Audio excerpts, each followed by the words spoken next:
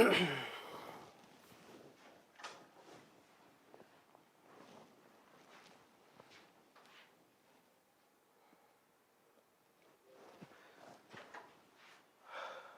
everybody. We are here for the special class on budget that was laid down on the 1st of the February of the 1st of this month.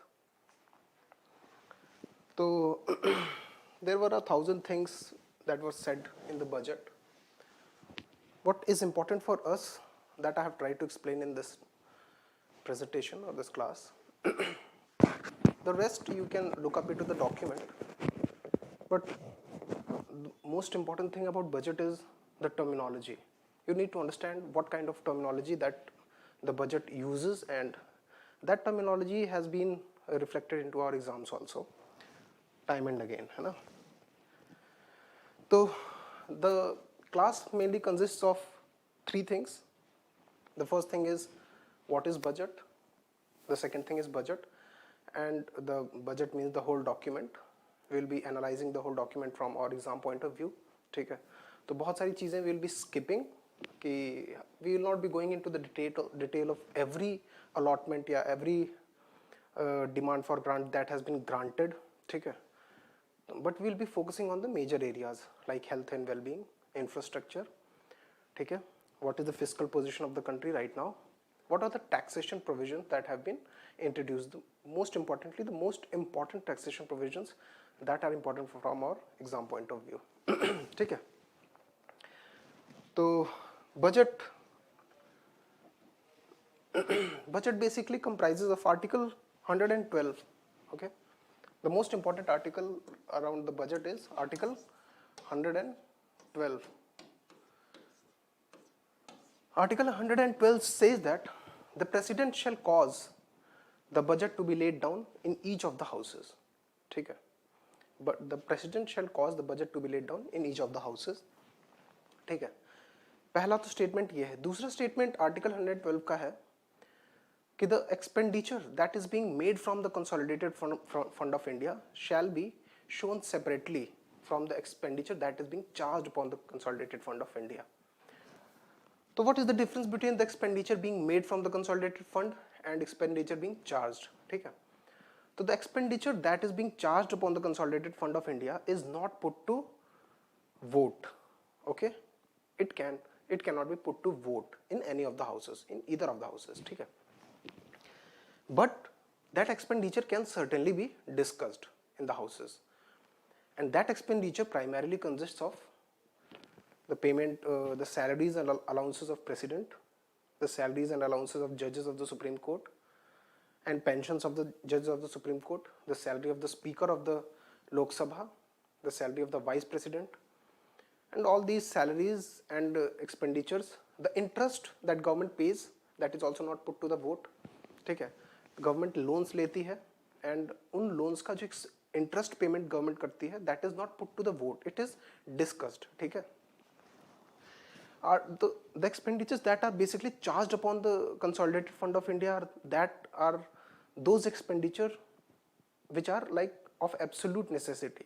ठीक है, they cannot be deferred, they must be paid.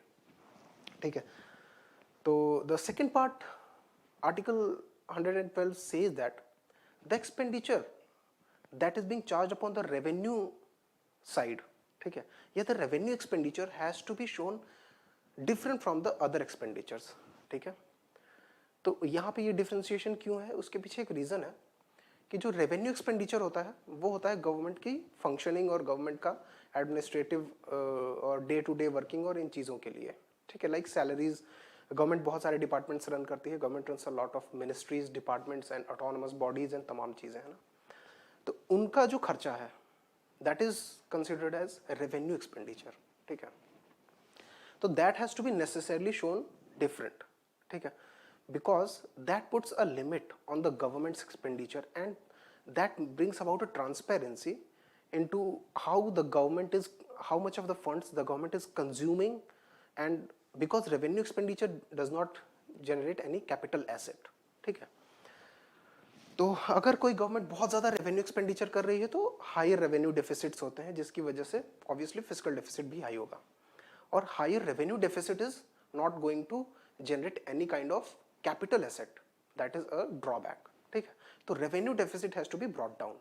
Obviously our aim is to bring down the fiscal deficit as well, but our primary target is targeting the revenue deficit. अब revenue deficit को कम करने के लिए government बहुत सारे, जैसे minimum government और maximum governance, reducing the size of employees that government has, है ना, rationalization of subsidies, all these come under the revenue expenditure. तो revenue expenditure को गवर्नमेंट कम करना चाहती है, ठीक है. Article 112. Now budget is prepared by, अच्छा बजट से 3 दिन पहले 2 दिन पहले economic survey was also laid down, ठीक है. तो economic survey is prepared by and budget is both are prepared by department of economic affairs in ministry of finance, ठीक है. Department of economic affairs under the ministry of finance, ठीक है. But budget is prepared by budget division, that is a division under the Ministry of Finance under the Department of Economic Affairs, and what economic survey is prepared by Department of Economic Affairs Economic Survey Division, ठीक है. तो ये एक minor information थी, that is very important, and these informations are like UPSC is very attracted towards this kind of information and they regularly ask such kind of things in their exams, ठीक है. तो budget का setup कैसा होता है, I have tried to explain है. Budget has 2 portions, revenue budget and capital budget, ठीक है. Revenue budget I explained. Revenue budget that means that does not, any kind of revenue expenditure that does not amount to creation of a capital asset, that will be considered revenue expenditure. Similarly, any kind of revenue that is not accruing from, there are certain kind of definitions we will go through right now, ठीक है. तो generalization of all these things will be not a good thing to do, but revenue budget and capital budget, the budget has been divided into 2 parts. Similarly, revenue budget had receipts and expenditures. Similarly, capital budget has receipts and expenditure. Tax revenue, ठीक है. Tax revenue यानी जो भी indirect tax revenue में किस प्रकार का revenue होगा, इनडायरेक्ट टैक्स रेवेन्यू और डायरेक्ट टैक्स रेवेन्यू. तो डायरेक्ट टैक्स रेवेन्यू मतलब गवर्नमेंट जो डायरेक्ट टैक्सेस इंपोज करती है, लाइक इनकम टैक्स, ठीक है, customs duty, all this are direct taxes. And indirect taxes are like sales tax is a kind of indirect tax, ठीक है. तो वो सारे रेवेन्यू टैक्स रेवेन्यू में आ जाएंगे. नॉन टैक्स रेवेन्यू में बहुत सारा लाइक सेल ऑफ एसेट, अगर government is selling trying to sell some of its assets, तो that will be the revenue that is generated from that is called non tax revenue, ठीक है. Similarly capital budget, capital receipts and capital expenditure. Capital receipts और plan capital और non plan और plan, ठीक है. तो 2 चीजें हैं यहाँ पे. एग्जाम पॉइंट ऑफ व्यू से इस स्लाइड से क्या इंपॉर्टेंट है. First of all, whenever you go through a budget or economic survey document, you should analyze 2 things. What kind of expenditures form the larger portion of the expenditure, ठीक है. For example, non-tax tax revenue is greater than non-tax revenue, ठीक है. Tax revenue is greater than non-tax revenue. Similarly, non-plan expenditure is greater than plan expenditure, ठीक है. तो यहीं पे एक MCQ बन जाता है very easily कि which UPSC can put these 2 statements and ask a simple question, ठीक है. तो अब दूसरा तरीका क्या है इकोनॉमिक सर्वे या बजट को पढ़ने का, कि you go through the basic statistics, ठीक है, and you need to see कि what kind of trend is being observed, ठीक है. Like there can be a question कि in the last decade the revenue expenditure has consistently grown, ठीक है, but you might see कि 2019 या 2018 में कहीं revenue expenditure has dipped, ठीक है. तो you need to remember these things कि what kind of trend about revenue expenditure, non-revenue expenditure, capital expenditure and all these things have been going on, ठीक है. I have this budget document. I will suggest that you also go through this. I have marked many things important that are important. I'll tell you in the end of the class ki what kind of things that are important. ठीक है? Because this class obviously is an explanatory one. It's very detailed, but still you need to go through the class by yourself, the document by yourself also. ठीक है? तो non-tax revenue and tax revenue. Tax revenue I explained. Non-tax revenue is the composition of non-tax revenue mainly includes what? Receipt of interest. ठीक है?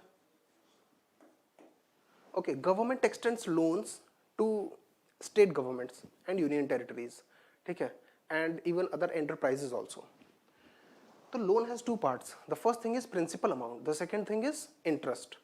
तो जो principal amount होगा that will be considered in the capital expenditure और capital receipt. ठीक है? लेकिन जो interest receipt होगी, जो interest अगर यूनियन गवर्नमेंट ने उत्तर प्रदेश गवर्नमेंट को कोई लोन दिया है, उस लोन पे जो इंटरेस्ट अक्रू हो रहा है यूनियन गवर्नमेंट को, that will be considered as receipt of interest. ठीक है? And that will be considered in the revenue receipt. Fine. Similarly there are scheduled commercial banks and public sector enterprises also. All these are like profit making agencies. ठीक है? तो उनका जो dividend होगा, ठीक है, that will be considered what? Dividend basically is what? The margin of profit. ठीक है? Because of equity holding of the government. ठीक है? तो whenever you give someone loan or you have an equity holding in some company or firm, you get dividend. Dividend is nothing but a margin of profit. ठीक है? तो all these things are considered as non-tax revenue. Tax revenue तो simple है, direct और indirect taxes. ठीक है?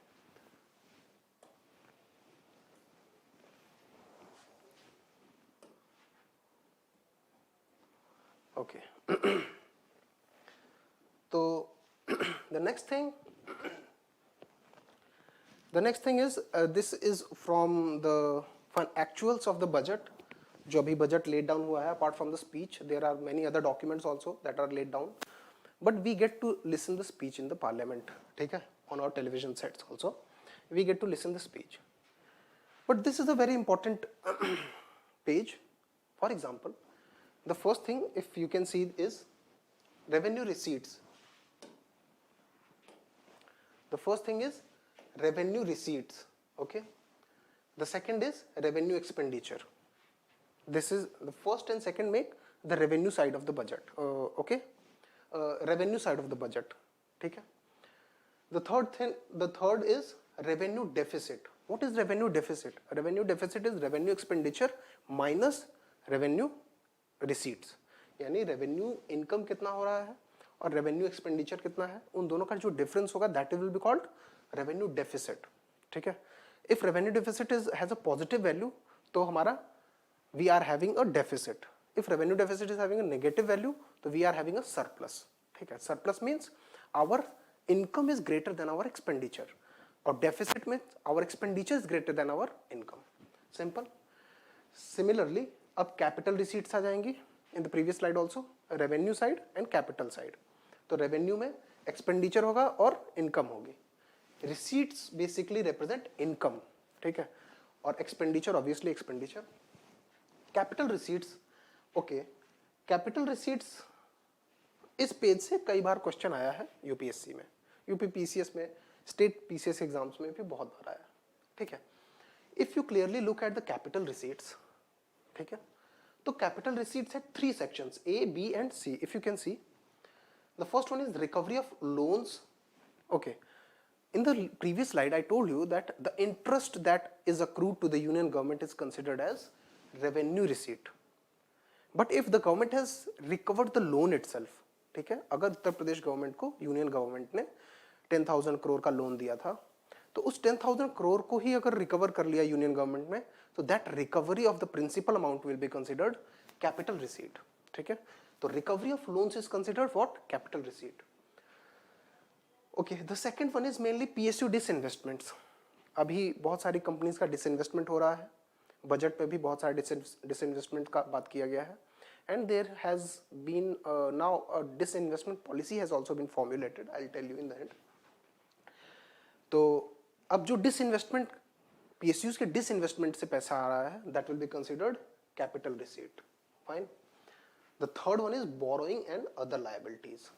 If the government is borrowing in the market, ठीक है, on the like if government is issuing treasury bills and government securities, है ना, G-Secs and T-bills, and then government is acquiring a lot of cash, that will be considered borrowing by the government. ठीक है, तो borrowing is called capital receipt. तो I hope this is clear. तो अगर हम इसको थोड़ा और clear,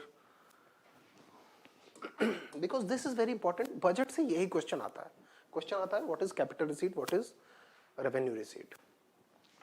तो capital receipt की अगर definition की बात करें हम, ठीक है, capital receipts. Receipts means earnings, as I told.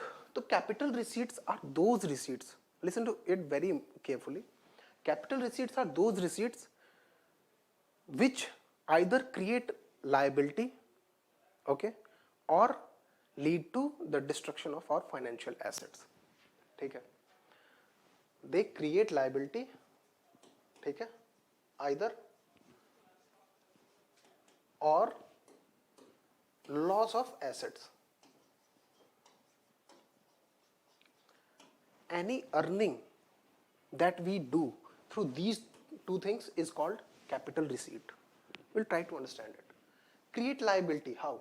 If government is taking loan from the market, so that loan, ठीक है, that loan will be considered as capital receipt, capital income, ठीक है, but that loan has to be sometime paid back, ठीक है, so that actually has made our government rich by some kind of money, ठीक है, this loan actually made our government rich in that time, but it has also created a time liability, ठीक है, so that has created a liability. The second is loss of assets. If the government is disinvesting its PSUs, ठीक है, तो disinvestment से पैसा तो आएगा definitely, but उस disinvestment से हमारे assets भी तो खत्म हो रहे हैं, ठीक है. For example, if the government is disinvesting what? Air India, तो Air India को बेचने से पैसा तो आएगा, but हमारा asset जो Air India एक asset था वो भी खत्म हो गया. तो capital receipts का definition यही है, those receipts which either create liability or which lead to the loss of assets. Understood? It's a very basic definition. Now again back to this. So capital receipts, okay, capital receipts, revenue receipts, revenue expenditure, okay, revenue deficit. See, revenue deficit is 2.7% of the GDP. That is, this one is for base year, okay. अब यहाँ पे दो चीजें हैं, base year और budget year and budget estimate and revised estimate. There are two kind of things. Budget estimate is for like government has presented this budget for the financial year of 21-22, ठीक है. तो जो भी projections 21-22 के हैं, that will be called budget estimates. लेकिन previous year के जो बजट एस्टिमेट्स थे, अभी जो एक्चुअल खर्चे हुए हैं पूरे ईयर, उनका एनालिसिस करके प्रीवियस ईयर का बजट एस्टिमेट था, उसके अकॉर्डिंग जो नए खर्चे हुए हैं, जो नए खर्चे होंगे, that will be called revised estimates, ठीक है. तो सिमिलरली 2019-20 के लिए प्रोविजनल एस्टिमेट्स वर 3.3%, ठीक है, projected. Okay. Now again back to capital receipts, recovery of loans, other receipts, borrowing and other liabilities. That will be called. The fifth is capital expenditure. This is called capital receipt.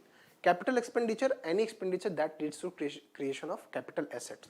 For example, नया bridge banana is a capital expenditure. ठीक है. Government has this year talked a lot about this capital expenditure. They are trying to increase it a lot. We'll see. Non-debt receipts. Now what is called non-debt creating capital receipts, ठीक है. Non-debt creating capital receipts, we can see 1 plus 4A plus 4B. Okay, 1 plus 4A and 4B. So this is also an important term. These basic terms are very important from exam point of view. We understood capital receipts. अब capital receipts दो प्रकार की होती हैं, ठीक है? एक debt creating and first is debt creating capital receipts and the second one is non-debt creating capital receipts. क्यों? Non-debt creating capital receipts will lead to loss of assets. ठीक है? Again, we'll try to understand that capital receipt is a very important term. ठीक है? From exam point of view, it's very important to understand capital receipts.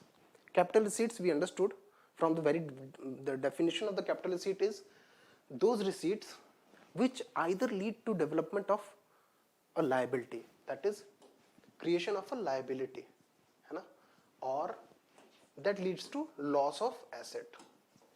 ठीक है? अगर हम इसको दूसरे तरीके से क्लासिफाई करना चाहें तो debt creating and non debt creating, ठीक है, non debt creating. For example disinvestment is a non debt creating capital receipt. अगर एनटीपीसी को बेच दिया गवर्नमेंट ने तो कोई डेट तो क्रिएट नहीं हो रहा, definitely a loss of asset is taking place. ठीक है, तो disinvestment is what? Disinvestment is non debt creating capital receipt. ठीक है, but if a government is borrowing in the market by issue of treasury bills, that will be called debt creating capital receipt. ठीक है, तो government borrowing है ना, that is called borrowing of, या loans जो है वो क्या है, अगर गवर्नमेंट लोन ले रही है या बोरो कर रही है तो that will be called debt creating capital receipts. लेकिन pay a lot of attention to it. Debt, I am saying debt creating capital receipts. If I talk about the non-debt creating receipts in total, what I'm saying is non-debt creating receipts in total, not only capital receipts but revenue also. What I'm saying is non-debt creating receipts, NDR, यानी non-debt creating receipts. Non-debt creating receipts will be first of all both of these capital receipts, यानी non-debt, तो non-debt creating capital receipt plus what? Revenue receipt. I hope this is understood. This is very simple. It's not tough. No rocket science, है ना. पहली बात तो हमने समझने की कोशिश की कि कैपिटल रिसीट क्या है. कैपिटल रिसीट में लॉस ऑफ एसेट और लायबिलिटी क्रिएट होती है.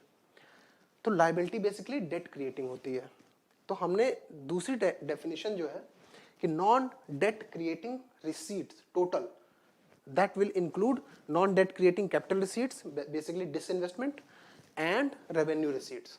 तो रेवेन्यू रिसीट्स तो obviously are any kind of receipt, basically revenue receipts यानी tax revenue, non tax revenue, and capital creating receipt और non debt creating capital receipt, that are recovery of loans and PSU disinvestment.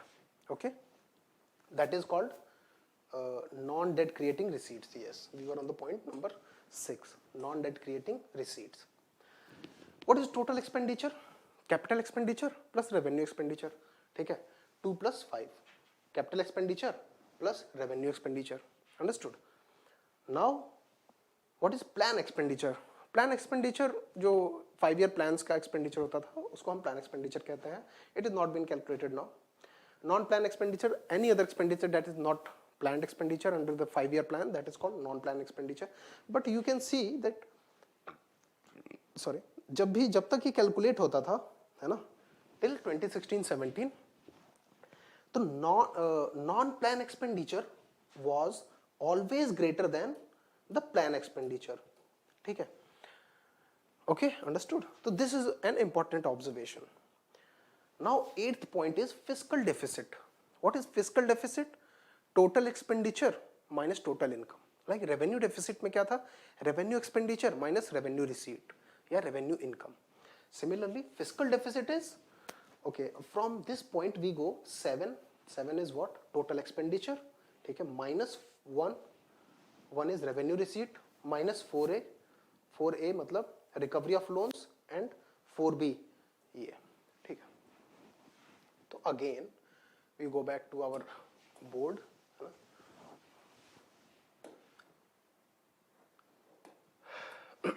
this is very important. Fiscal deficit is also very important because all these terms are like repeatedly coming into the exams and people get confused because of the lack of conceptual clarity. That is why it is very important to understand कि और in greater detail कि ये चीजें हैं क्या, ठीक है। तो what is fiscal deficit? Fine.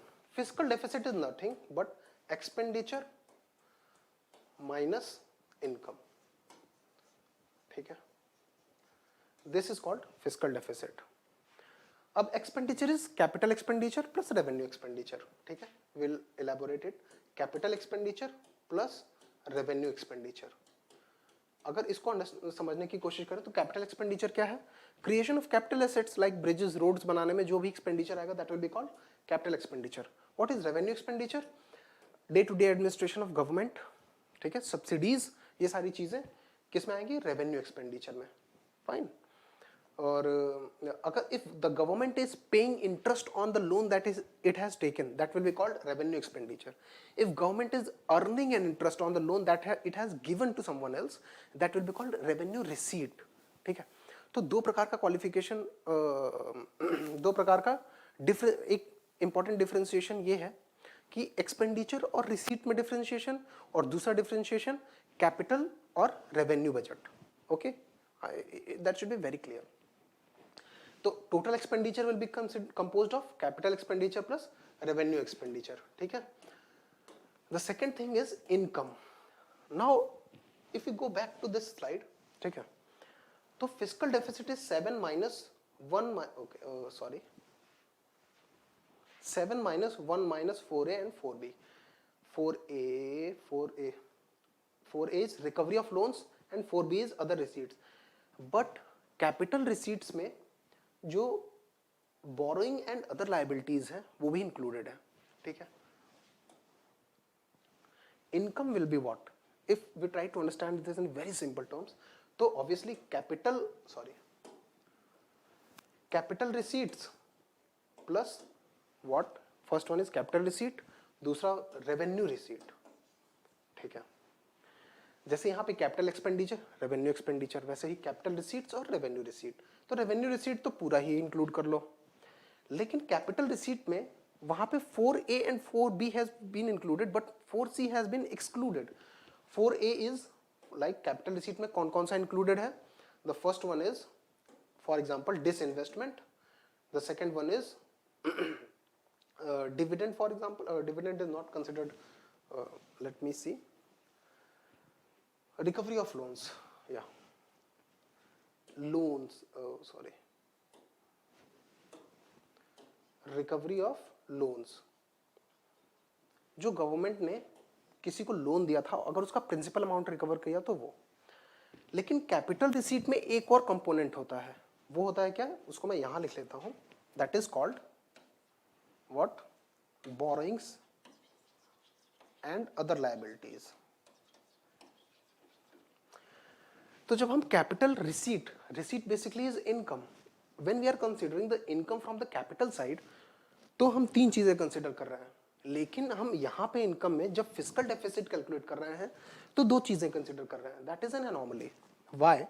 Because borrowing and liability and other liabilities definitely are income but are a liability that has to be paid back in time. That is not the government can claim कि this belongs only to me. ठीक है. It has to be paid back in some amount of time.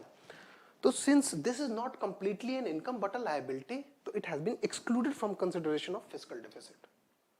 ठीक है. Understood? तो again, क्योंकि fiscal deficit का मतलब क्या है? फिस्कल डेफिसिट का मतलब how much of the borrowing that government has to do in the market या कहीं से भी, सो दैट ये अपने जो खर्चे हैं जो इसकी अर्निंग से ज्यादा हो गए हैं उसको कंपनसेट कर सके. अंडरस्टूड? तो this is already a borrowing. ठीक है. तो अगर इसको भी गवर्नमेंट कंसीडर कर लेती तो डबल काउंटिंग हो जाता. ठीक है. तो इसलिए कैपिटल रिसीट्स में खाली डिसइन्वेस्टमेंट और PSUs का डिसइन्वेस्टमेंट के थ्रू जो अर्निंग आ रही है वो कंसिडर करेंगे, और दूसरा क्या कंसिडर करेंगे,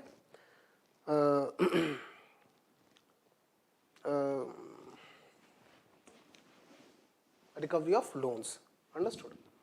So this completes fiscal deficit. Now another important last point is ninth number is primary deficit. What is primary deficit? Primary deficit is 8 minus 2a. 8 is total fiscal deficit. What is 2a? Revenue expenditure is 2, interest payment is a. तो revenue expenditure is revenue expenditure का जो interest payment का component है, अगर fiscal deficit में से उसको remove कर देंगे तो that will give primary deficit. Understood? But what is the implication of primary deficit and what is its importance? ठीक है, तो will try to understand this in a bit of detail. तो another term is primary deficit. ठीक है, अगर हम इसका formula देखें तो बहुत सिंपल है, is equal to fiscal deficit minus interest obligations. Interest obligations. ठीक है,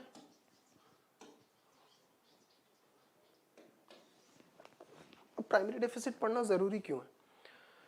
first of all revenue expenditure.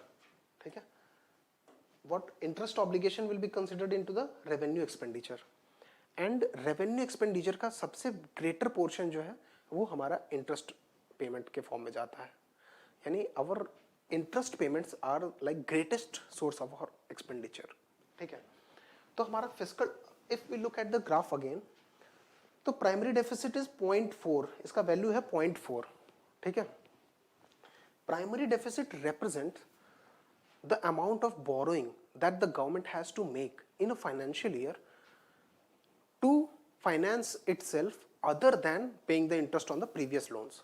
ठीक है, क्योंकि प्राइमरी डेफिसिट का डेफिनेशन क्या है? प्राइमरी डेफिसिट का डेफिनेशन है कि fiscal deficit minus interest obligation on the previous loans. Like previous government has taken some loan, this government is continuously paying interest on them, on those loans. ठीक है, तो अगर हम उस लोन पेमेंट के, उस लोन के इंटरेस्ट पेमेंट को हटा दें तो हमें एक्चुअल हमारा पता चलेगा कि हमारे जो खर्चे हैं वो एक्सपेंडिचर से कितने ज्यादा हैं. क्यों? क्योंकि जो एक्सपेंडिचर है, अगर एक्सपेंडिचर का ग्रेटर पोर्शन इंटरेस्ट पेमेंट है, ठीक है, तो this expenditure is not going to lead to creation of any capital assets. ठीक है, दैट इज अगर fiscal deficit is very high, ठीक है, and revenue deficit is also very high, तो फिस्कल डेफिसिट और रेवेन्यू डेफिसिट का gap बड़ा होना चाहिए from a good economic point of view. First of all, a very important point is the gap between the fiscal and revenue deficit should be high. Why? Revenue deficit आपके घर को चलाने का जो खर्चा है वो है. ठीक है, और फिस्कल डेफिसिट आपका टोटल खर्चे और टोटल अर्निंग का हिसाब है. अगर मोस्ट ऑफ द खर्चा आप अपने घर को चलाने में कर देते हो तो आपके पास सेविंग्स नहीं होंगी. ठीक है, लेकिन आपका टोटल खर्चा भी बहुत ज्यादा हो जाएगा. फॉर एग्जाम्पल, इफ आपके घर को चलाने का टोटल खर्चा 5,000 रुपीज, ठीक है, और आपकी अर्निंग है 3,000 रुपीज, और आपके this will for example this consider this a fiscal deficit. This is your earning and 2,000 rupees is your what expenditure on revenue expenditure. ठीक है, तो रेवेन्यू डेफिसिट कितना हो गया? This is total earning, revenue, and this is revenue expenditure 1,000 rupees. ठीक है, अब fiscal deficit minus revenue deficit, ठीक है, तो is equal to 4,000. This is high. That means the gap between fiscal and revenue deficit should be high, so that जो fiscal deficit represent the borrowing of the government, that borrowing can be usefully implemented into creation of capital assets and not only running of the government, because high revenue deficit represents the higher costs incurred in the daily running of the government. ठीक है, अब revenue deficit को कम करोगे तो क्या कम करना पड़ेगा? Interest payments. क्यों? क्योंकि interest payments are the major source of high revenue deficit. Understood? So I hope all these terms are now understood. Fine. Now let's come to the budget portion. ठीक है. As I already told you कि where does money come from? What are our sources of our income? This is a pie chart that represents 1 rupee. ठीक है. That can be considered a percentage. You can also consider it as a percentage.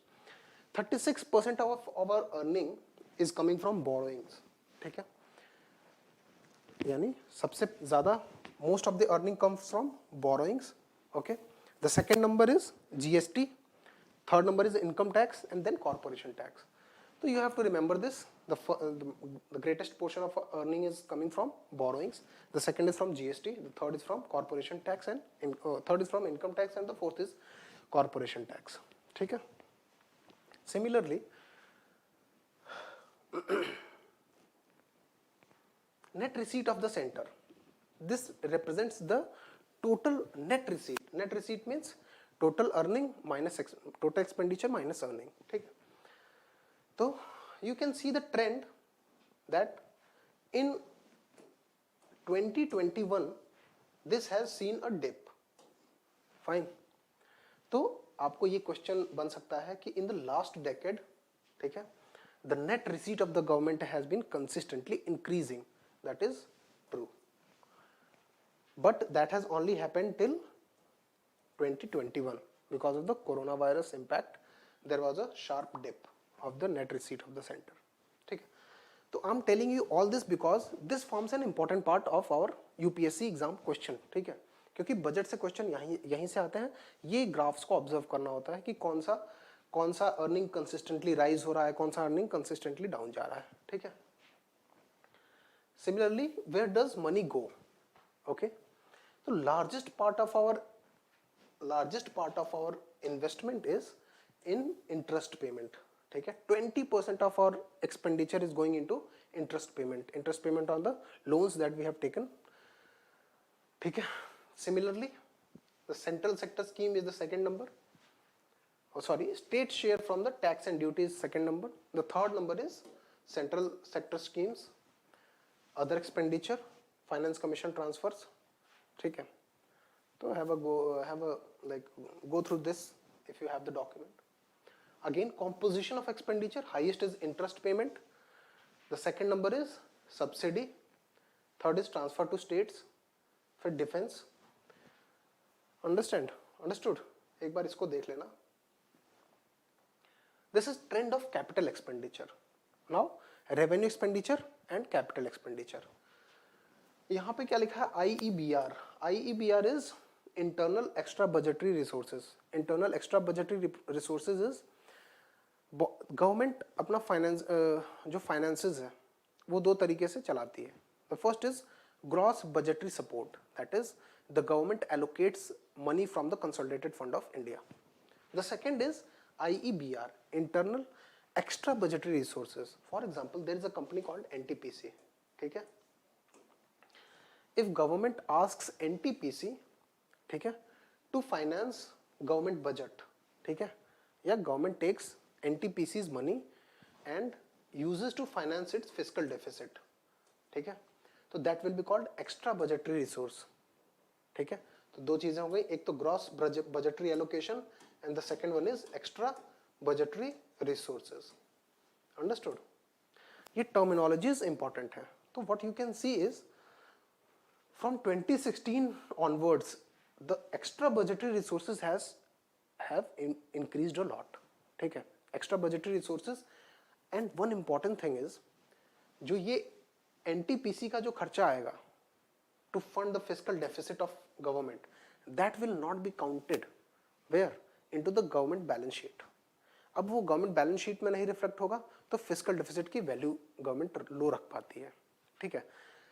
Although NTPC से जो पैसा लिया government ओज it to पे it back, still वो पैसा लाइक 50,000 करोड़ अगर 5,000 करोड़ अगर गवर्नमेंट ने NTPC से लिया तो NTPC will be financing the government's budget, government's deficit, but still it will be reflected in NTPC's balance sheet and not in the government's balance sheet.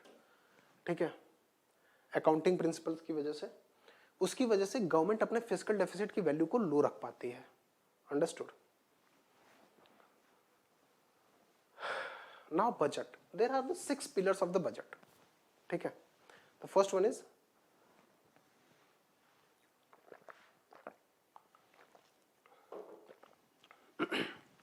health and well-being. The second one is physical and financial capital and infrastructure. The third one is inclusive development for aspirational India. Okay. Reinvigorating human capital, innovation and R&D, minimum government and maximum governance. These are the 6 basic pillars of our budget, but we will be dealing primarily with health and well-being, ठीक है, physical financial capital, ठीक है, and inclusive development and taxation proposals. तो health and well-being, the most important budgetary allocation this year has been to health and well-being. Now, last year the budget estimate was 94,452 crore for health and well-being. Ministry of Health got 94,452 crores. This year it has been increased by 137%, a huge increase, ठीक है. It has been increased by 137%. Previous year के ministry of health का जो allocation था उससे 137% ज्यादा allocation है इस बार. दिस इज 2,23,846 crores, ठीक है, an increase of 137%. Now a very important scheme, प्रधानमंत्री आत्मनिर्भर स्वस्थ भारत योजना has been launched, ठीक है, with the budgetary outlay of 64,180 crores over 6 years. This is very important from our exam point of view. This is important. 64,180 crore for 6 years, क्योंकि हमने previous years में देखा है 2016 onwards, 2016, 2017, 18 papers में this data has also been asked many times, ठीक है. For example कि ये 10 years के लिए है, 5 years के लिए है, 7 years के लिए या 6 years के लिए है, तो this is very important. तो this is first component. The second is nutrition, merger of supplementary nutrition program and Poshan Abhiyan to be launched at Poshan Abhiyan 2.0. Now what is supplementary nutrition program? Supplementary nutrition program is a nutrition enrichment program for children below 6 years of age, pregnant women and lactating mothers, ठीक है. तो of like BPL families, उनके लिए supplementary, उनकी nutrition needs को पूरा करने के लिए supplementary nutrition programme. Poshan Abhiyan was launched in 2018. It is an umbrella, it's a mission, ठीक है, and it is also for. अब इन दोनों में डिफरेंस क्या है? This is a flagship mission and this is a scheme. ठीक है. तो फ्लैगशिप मिशन में बहुत सारी चीजें होती हैं और स्कीम डेडिकेटेड है. पोषण अभियान टोटल न्यूट्रिशनल आउटकम्स को इंप्रूव करने के लिए है, ठीक है. It was formed after the recommendation of NITI Aayog, ठीक है.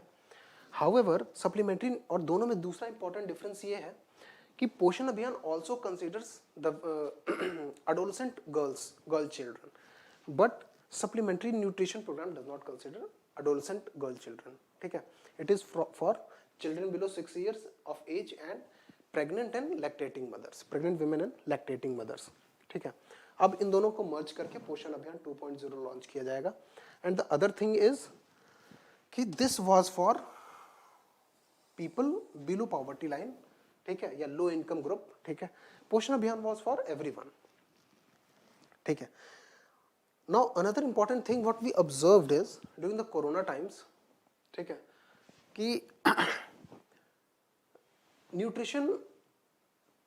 nutrition benefits were like very all these people who migrated and all these vulnerable section of people, they faced acute nutrition problems, ठीक है. तो इसके लिए nutrition has been mentioned in a lot of like in the very beginning of the budget with a great emphasis. Now universal coverage of water supply, जल Jeevan mission urban, ठीक है, Jal Jeevan mission. Now whenever you are reading these schemes, तो it's very important to consider कि इनका budget क्या, budgetary outlay क्या है, कितने ईयर्स के लिए है, and which ministry is going to implement it. Like Jal Jeevan mission urban is going to be implemented by ministry of housing and urban affairs. Similarly, Jal Jeevan Mission that was for rural, launched for rural areas, that is being implemented by Ministry of Jal Shakti and Department of Drinking Water and Sanitation, and Hygiene. ठीक है, तो Jal Jeevan Mission Urban will be launched to provide universal water supply to urban areas. ठीक है, in all 4,378 urban local bodies with 2.86 crore household with tap connection. ठीक है, now tap connection as well as liquid waste management in 500 Amrit cities. ठीक है, now what are Amrit cities? Amrit cities, Atal mission for regeneration and urban transformation. इस mission के under में बहुत सारी cities को सिलेक्ट किया गया है हर स्टेट से. स्टेट्स रिकमेंडेशन भेजते हैं सेंट्रल गवर्नमेंट को कि consider this city as Amrit city. फिर वहाँ पे सॉलिड वेस्ट मैनेजमेंट और हाउस होल्ड वाटर सप्लाई और अर्बन इंफ्रास्ट्रक्चर सीवेज मैनेजमेंट, इन तीनों चीज़ों को री इन्फोर्स करके और बेहतर बनाया जाता है. That is called Amrit cities. These cities are Amrit cities. तो अब सारी अमृत सिटीज में टैप वाटर सप्लाई पहुंचाने का क्या है, मिशन है, Jal Jeevan mission urban. Fine. Earlier, that Jal Jeevan Mission was a rural part. That is being implemented by Ministry of Jal Shakti under, and the department which is implementing is Department of Drinking Water, ठीक है, Sanitation and Hygiene. Implementation period is 5 years, 2021 से लेके 2026 तक. Funds is 2,87,000 crore rupees over 5-year period. Fine. तो I hope you understood. The second is स्वच्छ भारत, स्वस्थ भारत. ठीक है, now स्वच्छ भारत स्वस्थ Bharat urban 2.0 has been launched. स्वस्थ Bharat urban 2.0 with financial allocation of rupees 1,41,000 for 5 years. Okay, includes what? Includes wastewater treatment, obviously, source segregation of garbage, as this was mentioned in what, solid waste disposal, solid waste disposal policy, ठीक है, 2016. segregation of waste at source, reduction in single use plastic, okay, and bioremediation of all legacy dump sites. जितने भी पुराने dump sites हैं जहाँ पे cities का कचरा डंप होता है, उनका bioremediation. Now again clean air, national clean air programme, that is being run by Ministry of Environment, Forest and Climate Change. Allocation of rupees 2,217 crores for 42 urban centers. ठीक है, with urban centers जिनका population 1 million से ज़्यादा है, उनको ही ये facility मिली है clean air वाली. ठीक है, 2,217 crore rupees has been allocated under National Clean Air Program. ठीक है, for another very important thing that has basically cherished the markets and automobile sector को भी cherish किया है, that is vehicle scrappage policy. It is a voluntary scrappage policy. Commercial vehicles को 15 year के बाद automatic testing के through गुजरना पड़ेगा. If they want to scrap your vehicle, ठीक है, if you have like a vehicle that 4-wheeler or like any vehicle that is older than 15 years and it has been a commercial vehicle, you can go for a voluntary testing, a fitness testing of the vehicle, and then the government will pay you to scrap your vehicle. ठीक है, although the scheme has not been announced yet, ठीक है, the details of the scheme are yet to be formulated by Ministry of Road Transport and Highways, but what we understand from the budget speech is 15 years for 15 years for commercial vehicles and private vehicles if older than 20 years. So the government will try to incentivize scrapping them because of vehicle scrappage. क्यों जरूरी है? दो चीज़ों के लिए, like BS6 is now running, Bharat Stage 6. The fuel that we are going to get from the petrol pumps or filling stations is also BS6 compliant. but the engines are outdated. Like if a vehicle that is 15 or 20 years old right now in the market, that has an outdated engine. ठीक है? So those engines have a lesser efficiency and their emissions are high. But Bharat Stage 6 emissions are very stringent, है ना? So to reduce air pollution, and what other thing this will do? This will create a demand for new vehicles. ठीक है? So that is why automotive sector has been very happy about this. The second point is vaccines. Government has allocated rupees 35,000 crore for COVID-19 vaccination, and the Honorable Finance Minister has said that this will be further increased if need arises. Another important thing is pneumococcal vaccine. ठीक है? This is pneumococcal vaccine has been developed by Indian company Serum Institute of India that is located in Pune. ठीक है? Is made in India. Again, made in India को make in India को बढ़ावा देने के लिए. Now it is being provided in 5 states. It will be extended to the whole of the country. ठीक है? Understood? Pneumococcal vaccine करता क्या है? It is a vaccine against pneumonia. ठीक है?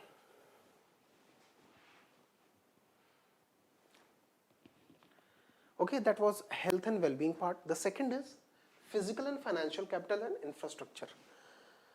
This is again very important because government is trying to constantly improve our capital expenditure on the infrastructure sector. ठीक है? Like there was a report by Niti Aayog also कि India will be requiring $4 trillion investment to the tune of $4 trillion in like next 10 years to meet the infrastructure demand of the country.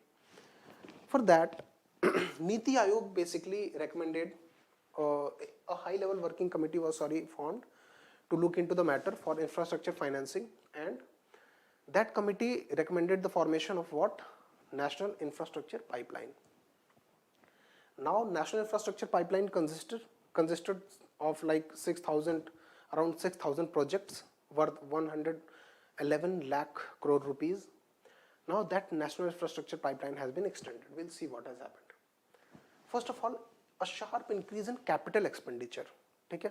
As I told in the very beginning, if you understood that, this lecture will be very easy. Why? Because those were the keys to understanding this document. A sharp increase in capital expenditure. What is capital expenditure? Expenditure is there are two kind of expenditures. The first one is revenue expenditure and the second is capital expenditure. Revenue expenditure does not lead to creation of any capital assets. Revenue expenditure mainly consists of interest payments, that is interest on the previous loans. The second is day running of the administration. So that is a sinking fund basically. This is not going to create any viable capital asset. So that is why we have to consistently increase our capital expenditure. The government has shown a sharp increase to rupees 5.54 lakh crore for 2021-22. For this coming financial year, government has allocated 5.54 lakh crore for capital expenditure.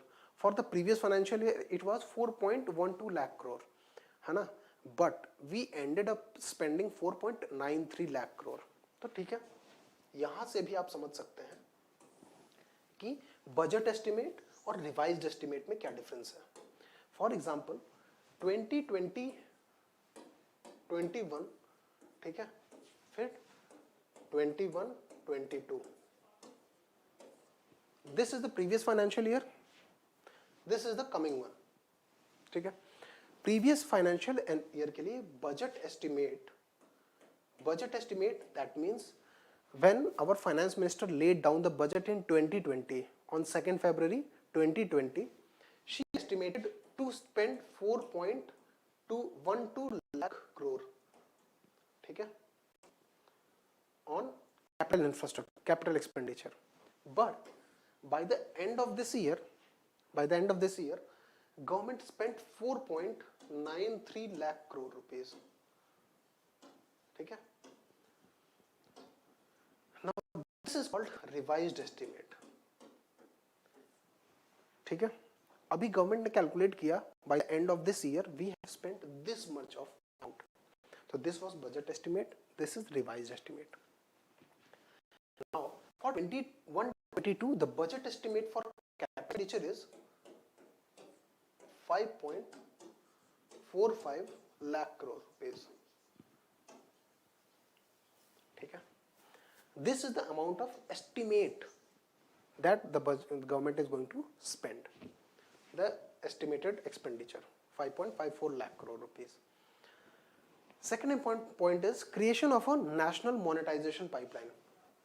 ठीक है, तो national monetization pipeline. What is national monetization pipeline? तो इसको समझने के लिए सबसे पहले नेशनल इंफ्रास्ट्रक्चर पाइपलाइन को समझना जरूरी है. What was national infrastructure pipeline? तो national infrastructure pipeline was government took a lot of inputs from various stakeholders like industries or state governments, है ना, local bodies और infrastructure companies. इन सारी bodies से government ने input लिया, central government ने, and then they formulated a policy of implementing certain infrastructure projects. ठीक है, तो ये सारे प्रोजेक्ट्स को हम ये कह सकते हैं कि दे हैव बीन पाइपलाइंड, कि one by one these projects will be implemented. And national infrastructure pipeline was 111 lakh were the value of 111 lakh crore. ठीक है, and this funding was to come through three sources, states, centre and industries, मतलब private sector. ये तीनों इसमें invest करेंगे. ठीक है, and then these projects are going to be implemented. Why? Because infrastructure projects have very high gestation period. They take longer time to materialize. ठीक है, तो फंड्स का रिटर्न आने में टाइम लगता है. ठीक है, and they have higher costs, like 111 lakh crore rupees government के लिए एक बार इन्वेस्ट करना इज अ टफ थिंग. इसलिए गवर्नमेंट रोप्ड इन 3 एंटिटीज. ठीक है, तो now government is going to create a national monetisation pipeline on the lines of national infrastructure pipeline. तो अब इंफ्रास्ट्रक्चर इंप्लीमेंट करने के लिए गवर्नमेंट को पैसे चाहिए. वो पैसे गवर्नमेंट कहाँ से लाना चाहती है? एसेट मोनेटाइजेशन के थ्रू. ठीक है, for example what is called asset monetisation. For example if you have a home, ठीक है, in like in your village और somewhere, like if you like there are roads. ठीक है, there are many roads. If government implements tolls, तो यहाँ toll से earning होगी. Okay, this earning can be used in making more roads. ठीक है, that is called asset monetization, unlocking the value of assets. ठीक है, we'll try to understand it in a bit of detail right now. Setting up of development financial institutions. ठीक है, what are development financial institutions? They are nothing but a kind of fund, infrastructure fund. ठीक है, जैसे INVITs हैं, RIETs हैं, तो वैसे ही ये भी एक इंफ्रास्ट्रक्चर फंड होगा with the base capital of 20,000 crore rupees, and the government will try to make these institutions capable of lending to the tune of rupees 5 lakh crore by the end of 2026. ठीक है, an additional 44,000 crore has been allocated to Department of Economic Affairs. ठीक है, Department of Economic Affairs को additional 44,000 crore allocate किया गया है, so that this 44,000 crore will be used by Department of Economic Affairs for those projects. This will be given to those projects which show a very like promising future. ठीक है, जो project अच्छे से implement हो रहे हैं, ठीक है, उनको और फंड चाहिए, तो डिपार्टमेंट ऑफ इकोनॉमिक अफेयर्स को अलॉट किया गया है 44,000 crore रुपीज. ठीक है, it's kind of incentive to perform well on the project and demonstrate good progress. Rupees 2 lakh crore, ठीक है, has been allocated to state and autonomous bodies for their capital expenditure. Now this is very important. States को 2 lakh crore rupees and autonomous bodies को भी 2 lakh crore rupees for their capital expenditure दिया गया है for the creation of capital assets. That is, the government is focusing a lot onto creation of capital assets, both by nudging the state governments and by itself also. ठीक है ना, government is trying to push a lot for infrastructure development in the country.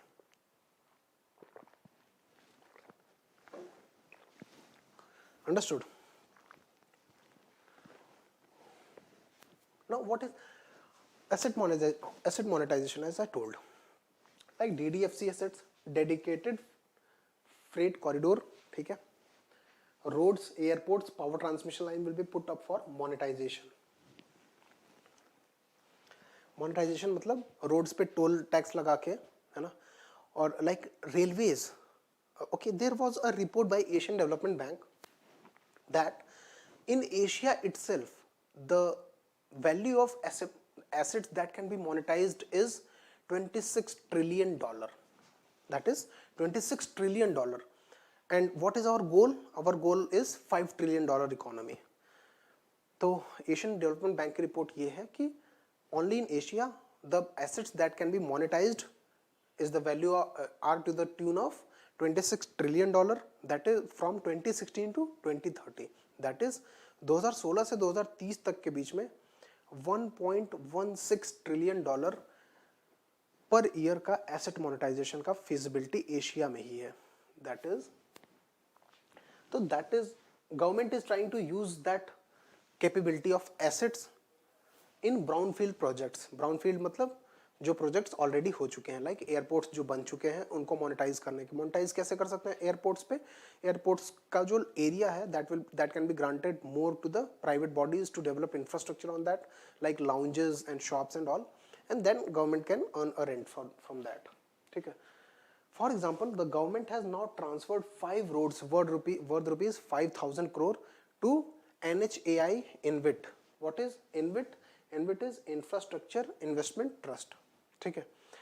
It is a kind of alternative investment fund regulated by SEBI. ठीक है. Alternative investment fund are those funds which are not mutual fund or those are not basically the traditional funds that are in the market. ठीक है, like stocks और debentures से अलग जो हट के funds होते हैं उनको हम alternative investment fund कहते हैं, and these are regulated by Securities and Exchanges Board of India, SEBI. तो NHAI InvIT is nothing but a company. It's a trust, sorry, not a company. ठीक है, it's a trust which tries to pool in money from all the investors and then invests into infrastructure projects. अब इसमें invest ही लोग क्यों करेंगे? इस InvIT में क्यों इन्वेस्ट करेगा कोई? बिकॉज इसका रिस्क लो है and long term investment for, because projects 10-15 साल काम करते हैं उसके बाद ही रिटर्न्स आना शुरू होते हैं, तो रिस्क लो है. ठीक है. दूसरा चीज क्या है? Long term investment. If someone is seeking to invest for like 30 years, ठीक है, तो people will try to put their money in NHAI InvIT. Similarly, there is a power grid, PGCIL InvIT, Power Grid Corporation of India Limited InvIT. InvIT is called Infrastructure Investment Trust. तो 5,000 crore worth का road transfer कर दिया गया है किसको? NHAI InvIT को. And NHAI InvIT will try to monetize what? These roads by obviously using toll taxes and all. ठीक है. Similarly, power transmission infrastructure has been also worth rupees 7,000 crore has been transferred to Power Grid Corporation of India Limited InvIT that will try to monetize on these power transmission assets. ठीक है. Another very important thing that has happened is production linked incentive scheme. ठीक है. Production linked incentive scheme was launched in March 2020 to increase the production of basic. It was first time for the first time it was launched for 3 sectors. ठीक है. Mobile manufacturing, critical key starting materials यानी drug APIs, active pharmaceutical ingredients कहते हैं API. APIs के लिए India was completely dependent upon China. Active pharmaceutical ingredients क्या होते हैं? जो भी फार्मास्यूटिकल इंग्रेडिएंट्स दैट जिससे ड्रग्स बनता है या कोई भी दवाई बनती है, उस दवाई का जो इंपॉर्टेंट इंग्रेडिएंट है that comes from China. Although India is the dispensary of the world, still we are heavily dependent upon China for the import of active pharmaceutical ingredients. ठीक है. तो गवर्नमेंट ने डोमेस्टिक मैन्युफैक्चरिंग को और make in India को promote करने के लिए क्या किया कि production linked incentive scheme issue किया. That is if some company is going to manufacture mobile, API and medical devices in India itself, अगर वो इंडिया में मैन्युफैक्चर कर रहे हैं, ठीक है, तो इंडियन गवर्नमेंट उनको प्रोडक्शन के वॉल्यूम पे, like if for example if you create 4000 mobile phones, है ना, तो we will give an incentive of 4% to 6% production on the product cost of production, ठीक है। फॉर एग्जाम्पल अगर एक फोन का कॉस्ट ऑफ प्रोडक्शन 15,000 रुपीज है, तो the government will give you 15 into 4/100,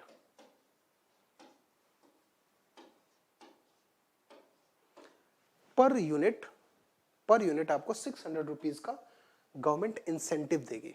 government will pay you rupees 600, ठीक है, okay, for every unit of the phone you produce, but at least you have to produce at least 4000 units of the phone. So that is kind of, I'm trying to demonstrate it, but this is not the real life example. Yes, the interest has been around 4 to 6%, this is true, but it is a production linked incentive scheme. So it was launched in March 2020, ठीक है, to promote domestic manufacturing, ठीक है। Again in November 2020 it was extended to what, 10 more sectors, ठीक है, 10 more sectors, and that were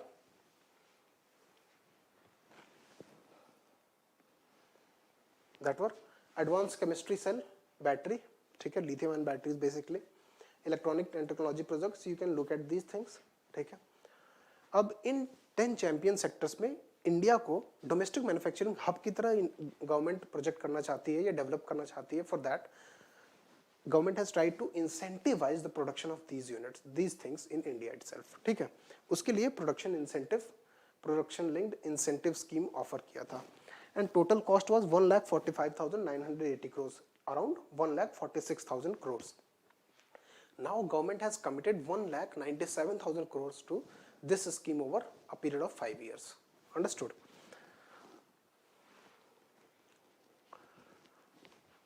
$1,97,000 crore. Another important point is mega investment textile park Mitra for textile. Bangladesh is a very growing Bangladesh is a growing champion in the sector of textile production. Around 70% of Bangladesh's GDP comes from textile sector. Similarly, India has a very high competitive edge in textile sector, but due to lack of integrated platforms and lack of integrated policies, the textile sector in India has been lacking. ठीक है? तो to develop India as a textile hub, now mega investment textile parks will be 7 new textile parks will be created. Okay.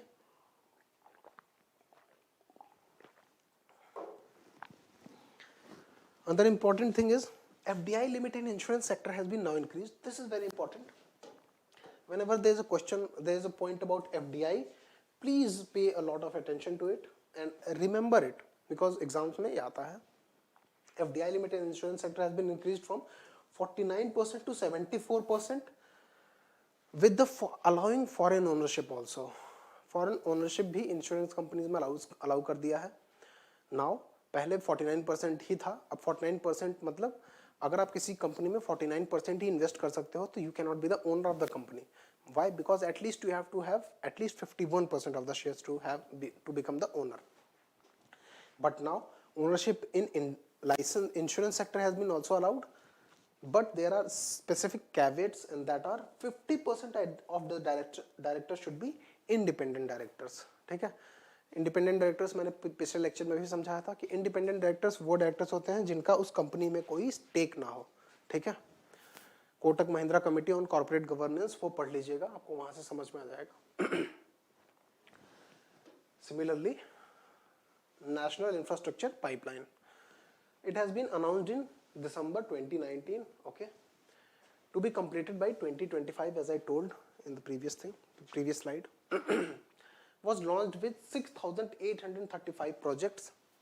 6,835 infrastructure projects were identified, and they were allocated 111 lakh crore.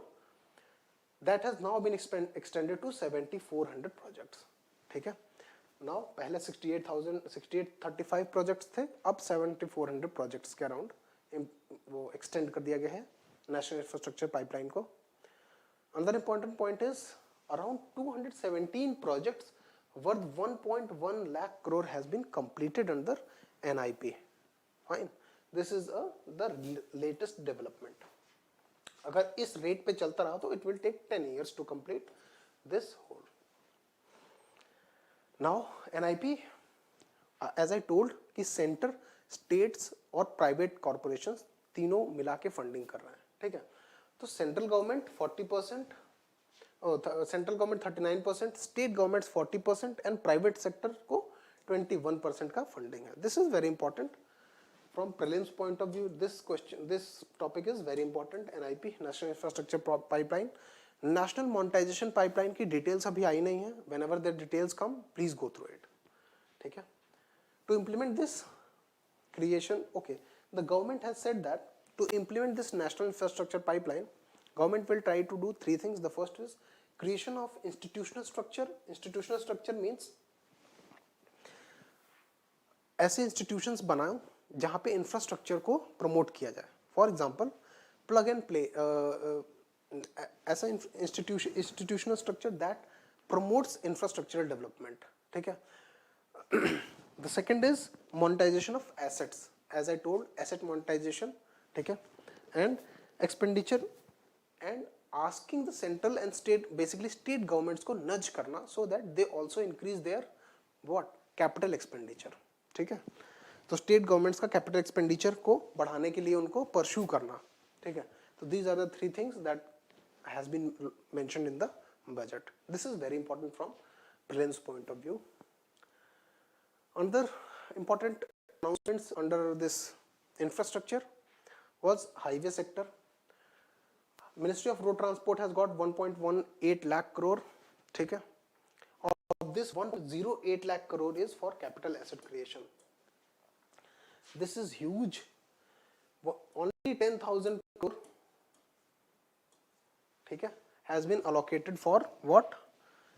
Only 10,000 crore has been allocated for the revenue expenditure.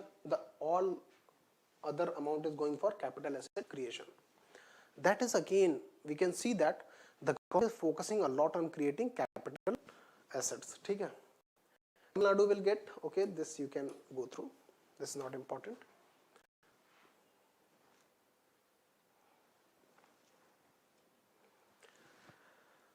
This one is very important for startups and companies. Startup companies के लिए definition of small companies to be revised. पहले क्या था, companies act 2013 में amendment करके जो small companies की definition थी उसका दो क्राइटेरिया था, या तो टर्नओवर या तो paid up capital. Paid up capital earlier was 50 lakh at least minimum. जो स्मॉल कंपनीज का डेफिनेशन था उसके लिए पेड अप कैपिटल होना चाहिए मिनिमम 50 लाख, या टर्नओवर होना चाहिए 2 करोड़ का. Now it has been extended from 2 crore to 20 crore. The turnover limit जो है वो 2 करोड़ से 20 करोड़ हो गई, और जो पेड अप कैपिटल है that has been increased 4 fold from 50 lakh to 2 crore. ठीक है. एक तो paid up capital,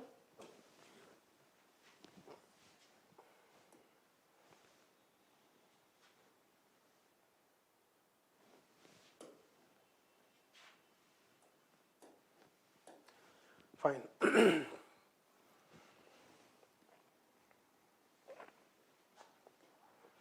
Now 1% companies can now be, okay, media has falsely reported that the budget has given the chance of incorporating 1% companies for the first time. That is not the case. ठीक है. Actually 1% companies are mentioned in Companies Act 2013 section 26 mentions 1% company. ठीक है. But there was a limit that 1% company cannot be converted into what, into other company. उसके ऊपर limits थे. That limit has been set off. ठीक है. That limit has been set off.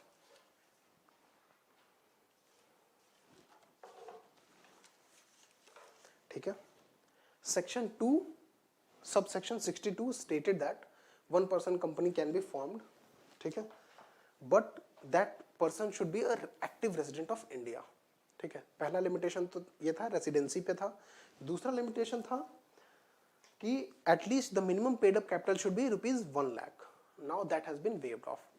There is no minimum paid up capital limit, and also the residency जो criteria था, that has also been relaxed from 180 days to 120 days. ठीक है. Now an NRI can also set up one-person company. One-person companies were also prior to this also they were there. ठीक है. That were mentioned in Companies Act 2013. But minimum paid up capital requirement कितना था? 1 lakh rupees होना चाहिए. अब वो हटा दिया गया है. अब 1 rupee से भी you can start a company, one-person company. The second important consideration was कि the person who is going to open a one-person company should be resident in India for at least 180 days. But that has also been removed now and it has been made 120 days. ठीक है. That will make that will make NRIs eligible for one person, for opening the one-person companies.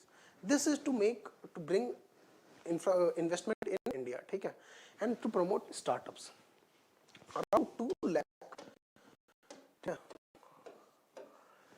2 companies, small companies are going to benefit from this. ठीक है.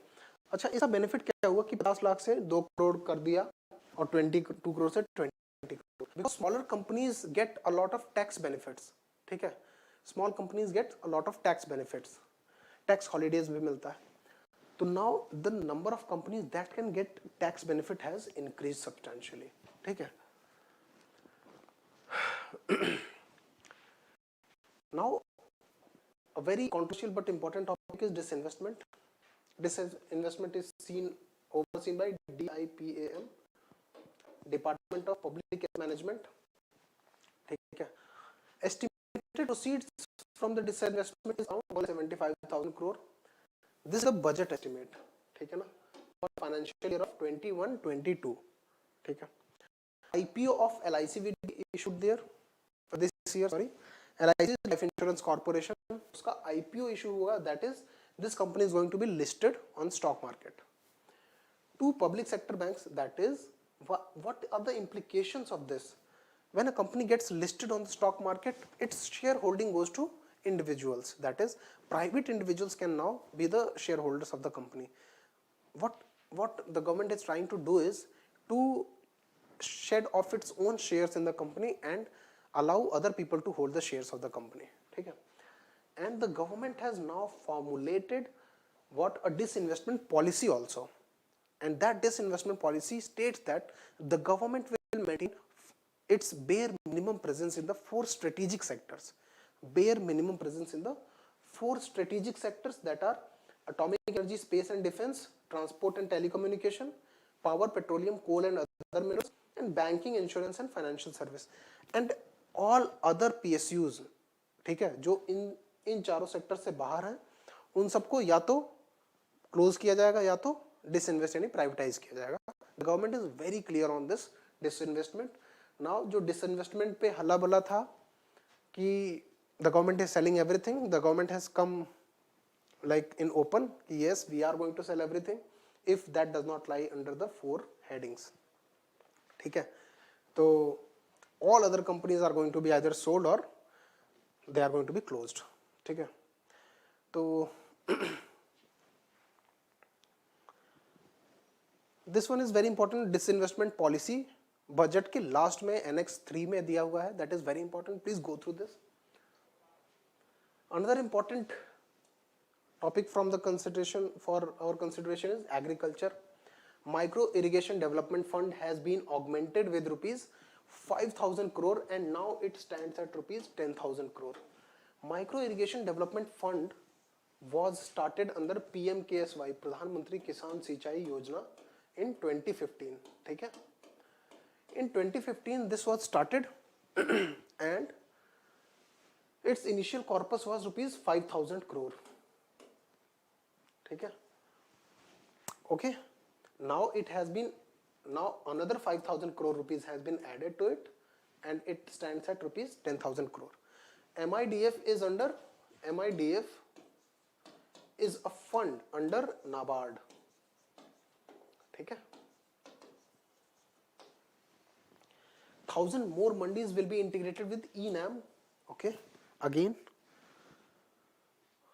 Agriculture Investment and Development Fund would be made available to mandis to improve their infrastructure. ठीक है, Agriculture Investment Fund will be made available to company mandis, ठीक है, to improve their own infrastructure. This is in the view of the recent protests, ठीक है, कि there has been, like, the protest is on the view that the government is going to dismantle mandis. The government has said that no AIDF funds will be available for the mandis to upgrade themselves now. The government is actually showing an intent to strengthen the mandis rather than dismantling them.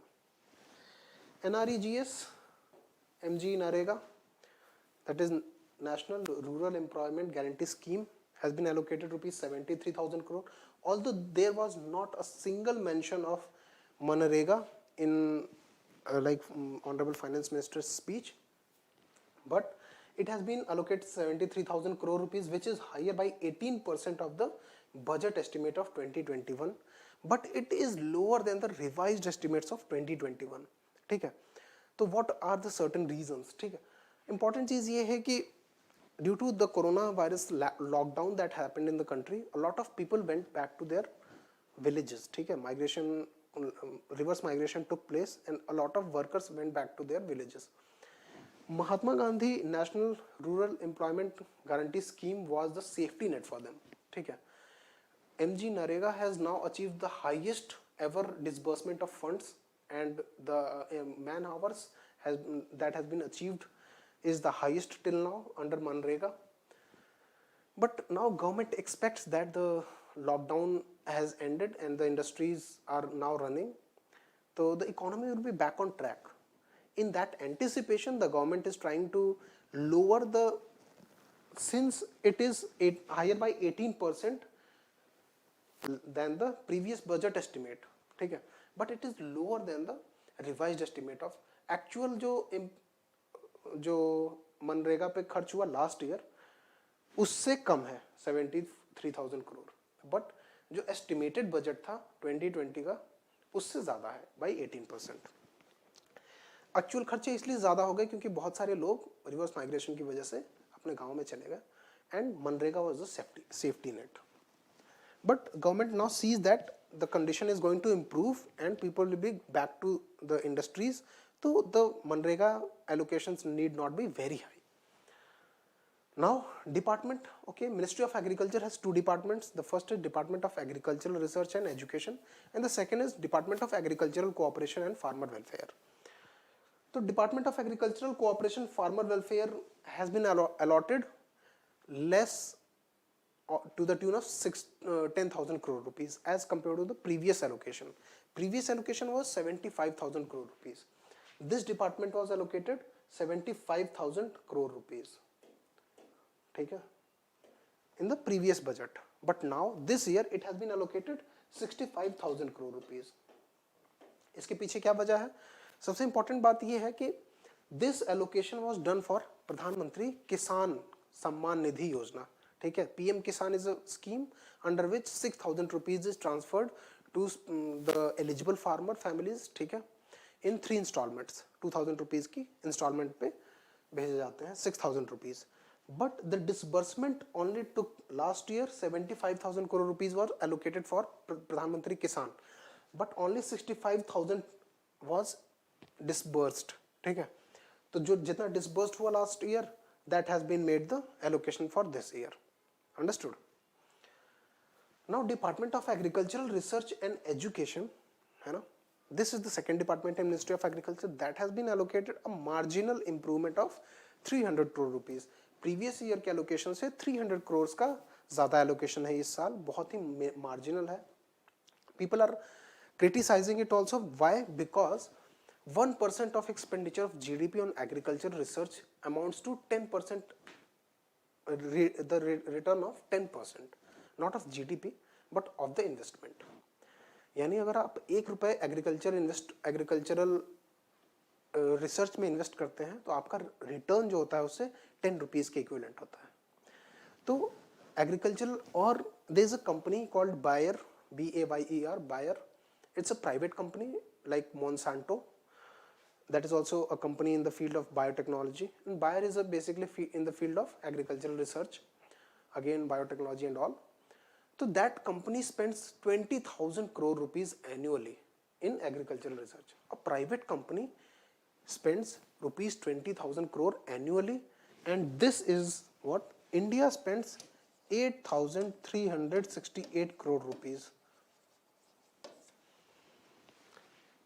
Understood? This whole country invests 8,368 crore rupees in agricultural research, whereas Bayer invests rupees 20,000 crore annually. And that is one of the main reason कि India में agricultural extension services and agricultural research is lagging a lot. Again, this year भी agricultural research को बहुत ज़्यादा funds allocate नहीं हुए. Now this is very important, fertilizer subsidy. The revised estimate for fertilizer subsidy was, this is again what I'm talking about is revised estimate. ठीक है, पहले तो 2021 के बजट, लास्ट ईयर का जो बजट था उसमें पहले बजटरी एस्टिमेट आया होगा फर्टिलाइजर सब्सिडी के लिए, that was 71,309 crore. But revised estimate क्या है? एक्चुअल खर्चे. रिवाइज्ड एस्टिमेट शो करता है actual expenditure that has been incurred, that is 1,33,947 crore, almost double है ना, 71 का double 142, almost double. Why? What government has done is a very bold step in the case of fertilizer subsidy, because there were a huge arrears on this fertilizer industry by the government. ठीक है, government का बहुत सारा arrear था ये fertiliser industry की companies पे. तो now what government did was, in one go government paid all the arrears, due to which the expected expenditure that was to happen has gone very high to the tune of 1,33,947 crore rupees. ठीक है, तो now the fertilizer companies have got their money back, they can start fresh. ठीक है, so this is a very good thing. This has cleared up all the previous dues of the fertilizer industry. Now due to the protests and all these things, the reforms in the agriculture sector has again taken a back seat. ठीक है, back seat कैसे? MRP of urea. MRP एक urea bag जो market में मिलता है, इसका MRP last time revise हुआ था 2010 में. Now 10 years has passed and government has not revised the MRP, यानी जिस रेट पे फार्मर्स परचेज कर सकते हैं. But the cost of production is definitely gone higher. ठीक है, इन्फ्लेशन को भी एडजस्ट करना चाहिए, but MRP has still not been altered because of the lack of the political headroom, because of the protests and all these things. The government is not having that much of political headroom, ठीक है, to make a lot of maneuver. But what government did was, this is not in the budget, but last year until recently, until August, basically August 2020, since the government cannot raise the MRP of the urea bag because of the political issues या political cost that the party will have to bear या the government will have to bear. ठीक है, तो what government did was, there was up to August 2020 there was no denial policy, that is any farmer can buy any amount of urea or any amount of other fertilizers. Up to August 2020 there was the no denial policy was followed. After that what happened was, point of sale machines were given to the people who were selling this urea. ठीक है, now anyone can, and a limit of 100 bags was imposed per transaction, but this limit was imposed on every transaction, but there was no mention of limits of transaction in a month. ठीक है, तो पहले क्या था, आप एक ही दिन में 1000 बोरी भी खरीद सकते हो, 1000 बैग्स भी खरीद सकते थे यूरिया के. उसके बाद क्या हुआ, that was called no denial policy. उसके बाद क्या हुआ, 100 बैग्स पर ट्रांजैक्शन का लिमिट लगा दिया गवर्नमेंट ने, but there was no limit on how many transactions you can make within a month. तो अगर जिसको ज़्यादा खरीदना था, और ये हो क्यों रहा था, बहुत सारा यूरिया डाइवर्जन होता है. 2016 का अगर आप इकोनॉमिक सर्वे पढ़ेंगे, फर्टिलाइजर पे है, एक चैप्टर है पूरा उसमें, तो यू विल अंडरस्टैंड कि there a lot of urea is diverted to other industries and this urea is subsidised urea. ठीक है, फार्मर जो government pays subsidy on this urea bags to the product producing companies, है ना, and these companies, ठीक है, like tobacco industry में divert होता है यूरिया, ठीक है, और बहुत सारी मैन्युफैक्चरिंग इंडस्ट्रीज में भी डाइवर्ट होता है urea.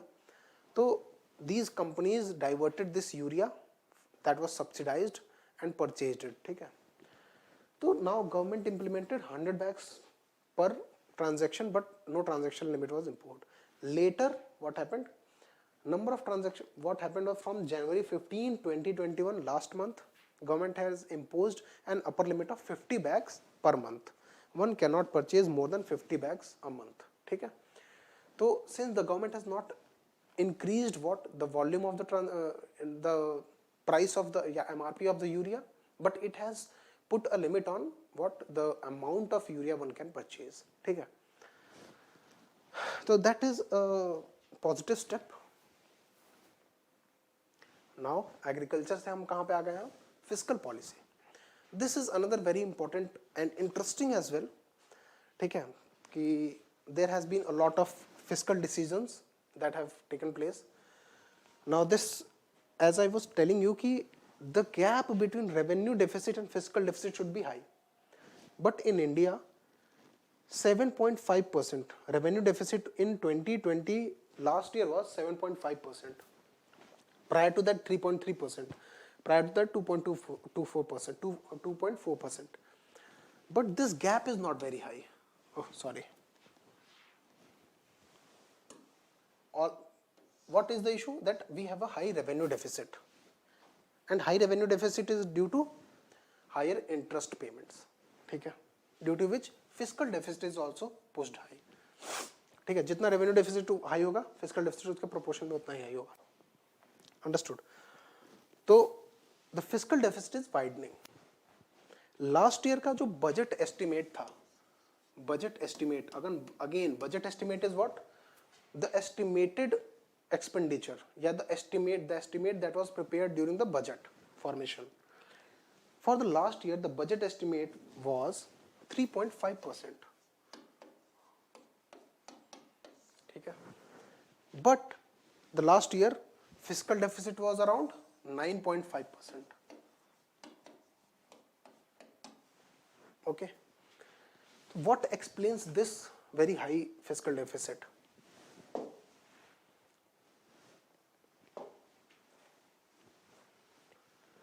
Okay, for fiscal year of 2020,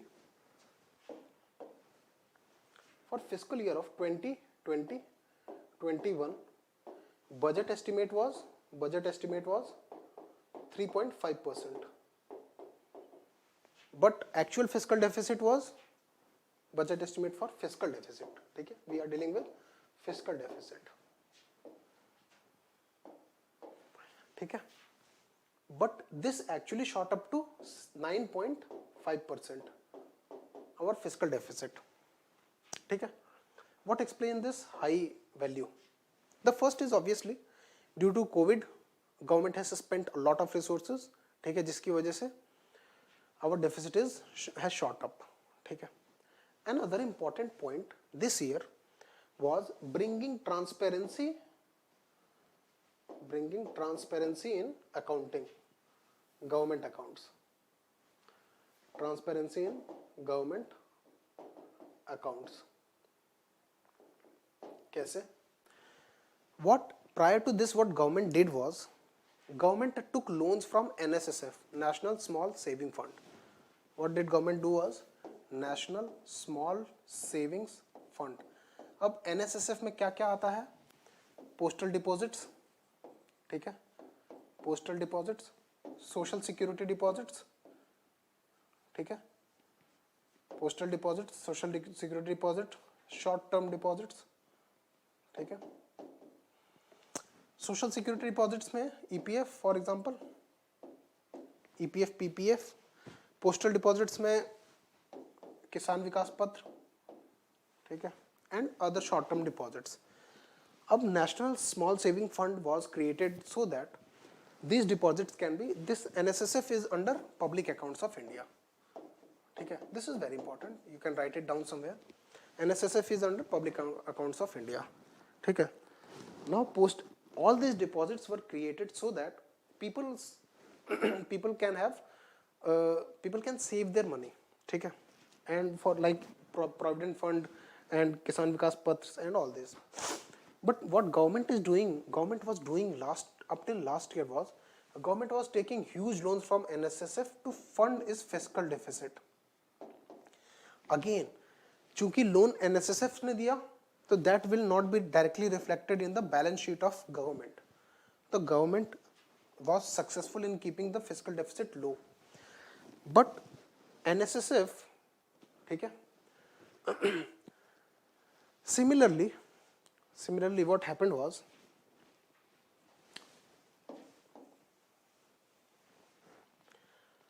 now these loans were not directly taken from NSSF. Loans were taken from FCI. ठीक है. अब FCI के पास अपना रेवेन्यू जनरेशन का तो कोई सोर्स नहीं है. क्यों? क्योंकि FCI हायर कॉस्ट पे परचेज करता है और लोअर कॉस्ट पे सेल करता है. ठीक है. और government is the only source of fund for FCI. Government actually FCI bought from NSSF. ठीक है. And FCI bought from NSSF and that money was given to whom?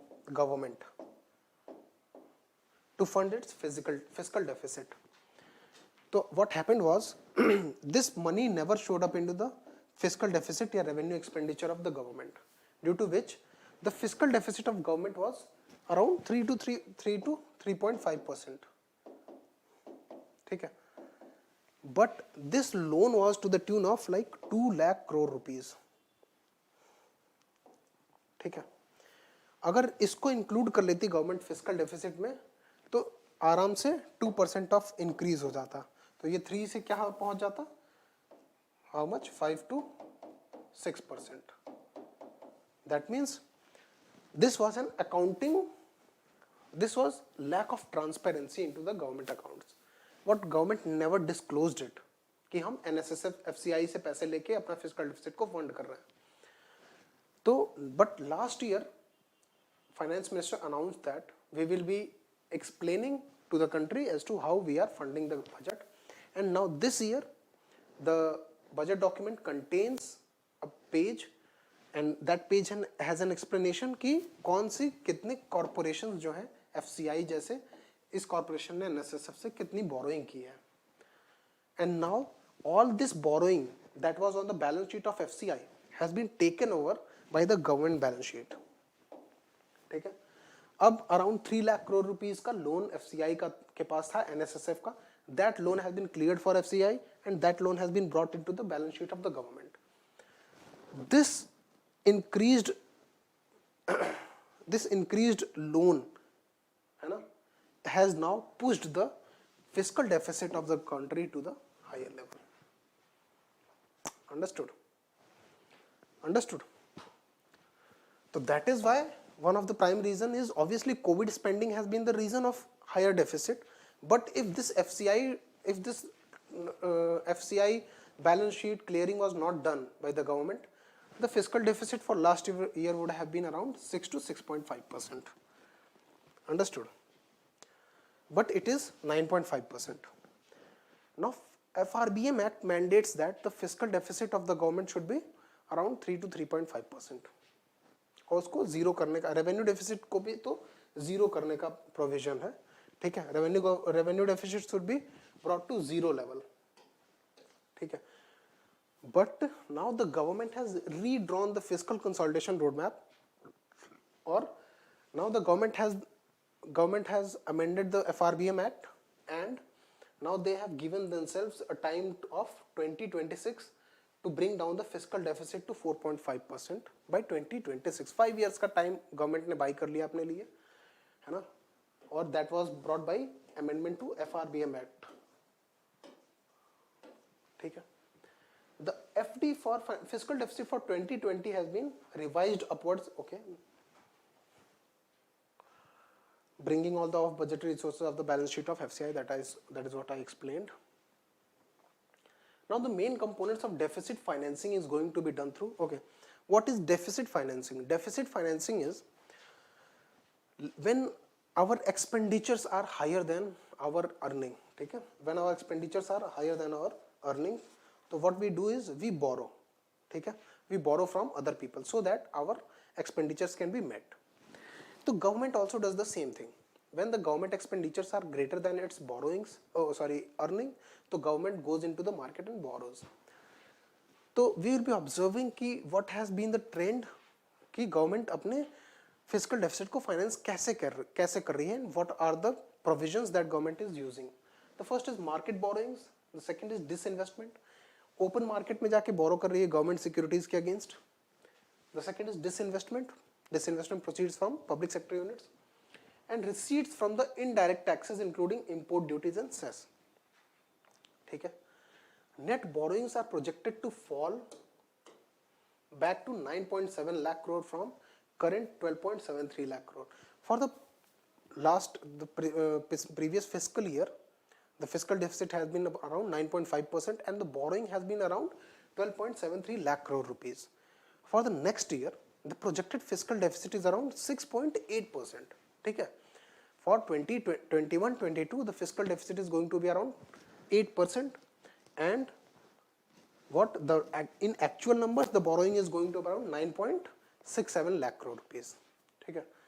The capital expenditure is expected to rise from 4.39 lakh crore to, okay, that is we studied in capital part. ठीक है? So we will be seeing कि what are the sources of deficit financing. And 2019, 20, 21, this is revised estimate, this is budget estimate. Okay, budget estimate में ये था कि यहाँ पे रहेगा, sorry, budgetary estimate में ये था कि इतनी market borrowing करनी पड़ेगी, but revised estimate में हमारा this shot up to this level because of excessive spending, obviously. Now this is securities against small savings. As I told you, NSSF से borrowing जो के when government borrows from NSSF, that is called securities against small savings. ठीक है? This is also shot up. State provident funds, okay, again provident fund से अगर borrow कर रहा है, provident fund is again under public account of India. ठीक है? तो ये वहाँ पे जो पैसे पड़े हैं, गवर्नमेंट अगर वहाँ के पैसे निकाल के और अपने डेफिसिट को फाइनेंस करने में यूज कर रही है. ठीक है? Other receipts, external debt has been consistently low.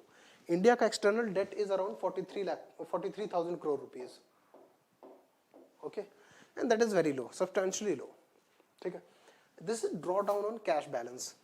Drawdown on cash balance का मतलब है कि central government maintains an account with RBI, cash account basically. ठीक है? And when government draws money from that account that it holds with RBI, that is called drawdown from cash balance. Now you can see how it has been going. ठीक है?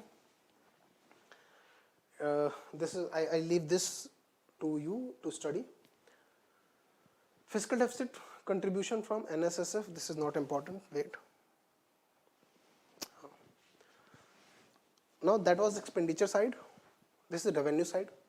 Gross tax revenue are expected to rise by 16.7% because of the implementation of IT-80, है ना, income tax appellate tribunal, है ना, and faceless tax assessment. ठीक है? Now the tax base has dramatically improved from around 3.8 crore people in 2014 to 6.8 crore people in 2020. There has been a dramatic rise in the tax base of the country. That is due to various tax amendments and tax laws the government has brought. ठीक है? तो government expects that the tax base has increased, due to which 16.7% of gross tax revenue will increase. ठीक है? Projected increase in 22% in direct taxes and around 30,000 crore from agri-infra and development cess. Government has also imposed in this budget agricultural infrastructure and development cess. तो उससे भी 30,000 crore rupees government earn करने का expect कर रही है. Nominal GDP growth rate projected for 2020 is around 14.4%, as against 15.4%. Economic survey projected 15.4% nominal growth rate, but Economics budget has been conservative with the figures and it has projected 14.4% of GDP growth rate, nominal GDP growth rate. ठीक है, nominal GDP and real GDP में difference जो होगा वो inflation represent करता है. If inflation is going to be around 3 to 3.5%, तो real GDP will be around 11%. ठीक है, that is the GDP growth of country will be around 10 to 11%. That is real GDP. Whereas the nominal GDP is going to be around 14.4%. The budget says that, but economic survey projects it to be 15.4%. ठीक है. Again, most of the 15th Finance Commission recommendations have been accepted. 15th Finance Commission was Finance Commission lays its report to the President. ठीक है. And then central government lays a report in the Parliament as to the action taken on the report. ठीक है, कि मतलब if it has, what recommendation has the government accepted, and if it has not accepted, what are the possible reasons for that. So the recommendations of, most of the recommendations of 15th Finance Commission, 15th Finance Commission was chaired by N.K. Singh. ठीक है, it has recommended that 41% of, 14th Finance Commission recommended that 42% of the tax proceeds of the union pool should be given to the states. Now 15th Finance Commission recommended that 41% instead of 42% should be given to the states, and the 1% shall be reserved by central government for investment in the newly created Union Territory of J&K. Okay, a non-lapsable fund to be created in public accounts of India for defense. Okay, defense modernization के लिए a non-lapsable fund has to be created, and also a detailed exercise for rationalization and bringing down of the centrally sponsored schemes. ठीक है, centrally sponsored schemes put a pressure on the states. ठीक है, तो the 15th Finance Commission has basically recommended that central government reduce the number of centrally sponsored scheme and devolve more money to the states so that they can have a discretionary power to take or make policies and implement schemes as according to their own needs. ठीक है, net borrowing ceiling of state at 4% of GSDP, gross state domestic product, for financial year of 2021-22. ठीक है, net borrowing. Okay, the states cannot borrow without the permission of central government if the central government has an outstanding loan on the states. ठीक है, and most of the all states have outstanding loan of the union government. So obviously union government can impose conditions on what, the borrowing of the state governments. So 14th Finance Commission recommended that the net borrowing limit for states should be at around 4% of the GSDP. Another important point about the borrowing of state governments is the state governments cannot borrow outside the country. Only central government can borrow outside the country. Additional borrowing ceiling of 0.5% of the GSDP will also be provided to states. Okay, if states fulfill certain conditions, like condition of one nation, one ration card, if a certain state is implementing that, so that state can be allowed an extra borrowing of 0.5% of the GDP of that state. ठीक है, तो obviously center can impose certain conditions on the borrowing of states if the state is having an outstanding loan of center. ठीक है, these are the 15 Finance Commission recommendations that have been accepted by the government. Okay, the total transfer to states and UTs. Okay, you can see this has been consistently increasing from 2016-17, 2016 to 2019, but 19-20 में यहाँ पे कम है, and then again revised estimate for 2020 it has increased. So this has not been a consistent increase, but there has been a fall in 19-20. ठीक है, composition of composition of transfers to states and UTs, devolutions, scheme related and other transfers. Scheme related and other transfers will be centrally sponsored schemes, okay, and finance commission grants. This has been consistently increasing, okay, and scheme related, this is for like last year and this year, 2019-20, 2021 and 2022. ठीक है, तो you can, this was in the budget document, so I reproduced it here. You can see this is not very important from my point of view. And now the last portion in this whole budget is taxation. ठीक है. Part 1 is, we discussed the part 1 of the budget up till now. This is part 2 of the budget speech, that is called taxation. So you can see the net collection of direct taxes. This is the graph of net collection of direct taxes. ठीक है. And GDP at current prices. This curve represents GDP at current prices. Sorry.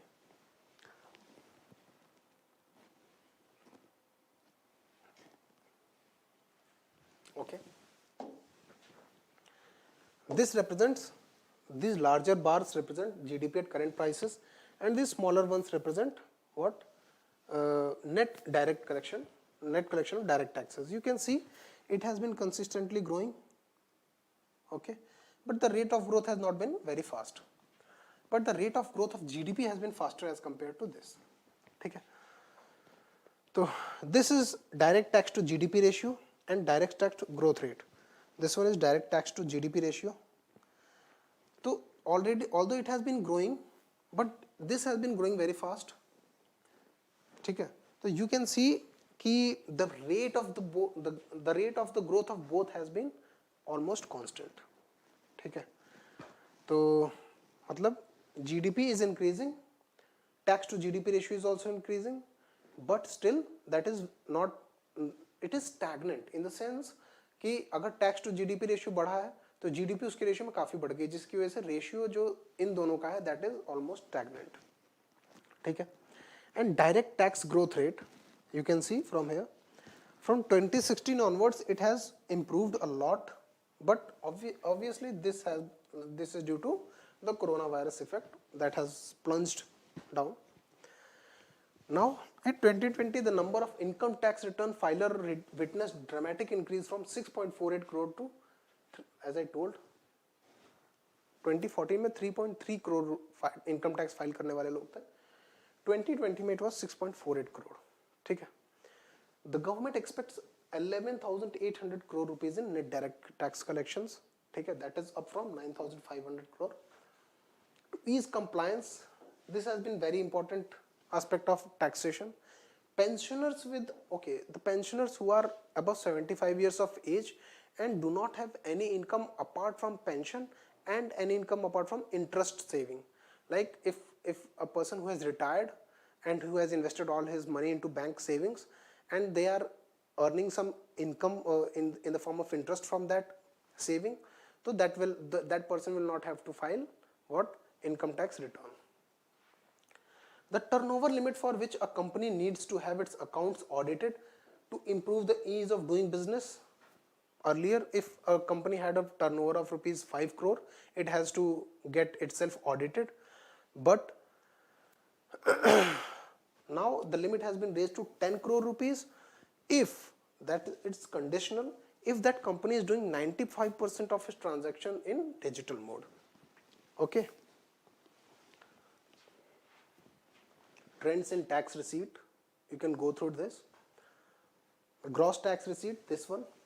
Direct tax, this one, and indirect tax. ठीक है. तो आप 2011 से देख सकते हैं, आपको ये स्टडी करना होता है कि डायरेक्ट टैक्स और इनडायरेक्ट टैक्स का रिलेशनशिप क्या है, plus which is growing which is falling, ये आप देख सकते हैं अपने एग्जाम पॉइंट ऑफ व्यू से. Go through this is in the budget document. ठीक है. Now another important announcement has been income tax appellate income tax assessment has been made faceless. ठीक है. तो like पहले income tax officers and the person who is going to pay income tax, ठीक है, they had a face-to-face conversation. Then income tax assessment was done, or the person has to visit the income tax office. A lot of harassment was done on the part of income tax department. ठीक है. To reduce that and to improve the compliance, है ना, इतना सारा restriction और इतना सारा harassment की वजह से people tried not to file any kind of income tax and they tried to evade it. ठीक है. That also increased the cost of filing income tax. Now faceless assessment of tax has been brought. Similarly, that has actually improved the compliance of people. जब से faceless transaction faceless assessment हो गया है, unless there is a very high complexity in your tax filing, तो you don't have to go to the income tax office and file your tax. You can do it online. The assessment will also be done online, and if there is a conflict, you can approach income tax appellate tribunal. Now the government is trying to make income tax appellate tribunal also faceless, okay, and most of the hearings will be through email, and in case a hearing needs to be done in person, that will be done through a video conferencing. So that will also improve the compliance and bring down the compliance cost of filing the income tax. After the success of Vivad Se Vishwas scheme, Vivad Se Vishwas scheme was brought for legacy income tax disputes. ठीक है? Understood? Now the government is trying to form dispute resolution committees, which will be faceless again. With if anyone is having an income up to rupees 50 lakh or disputed income up to rupees 10 lakh, they can approach dispute resolution committees. Indirect taxes के regarding क्या reforms हुए हैं? Custom duties have been rationalized to correct the inverted duty and overhauling of 400 exemptions. Earlier 400 exemptions that were provided, industry stakeholders के साथ मिलके उनको हटा दिया गया है. यानी exemptions are those कि मतलब you don't have to pay tax on something, that is called exemption. Now 400 exemptions have been removed. To promote domestic manufacturing in the solar sector also, custom duty on solar inverters has been raised from 5% to 20%. Custom duty means the duty that is charged on import of some good or export of some good, that is called customs duty. So to restrict the importers from importing inverters from outside, the government is trying to, and the inverted duty structure. Inverted duty structure means when the raw material of something is taxed at a higher level as compared to the finished goods.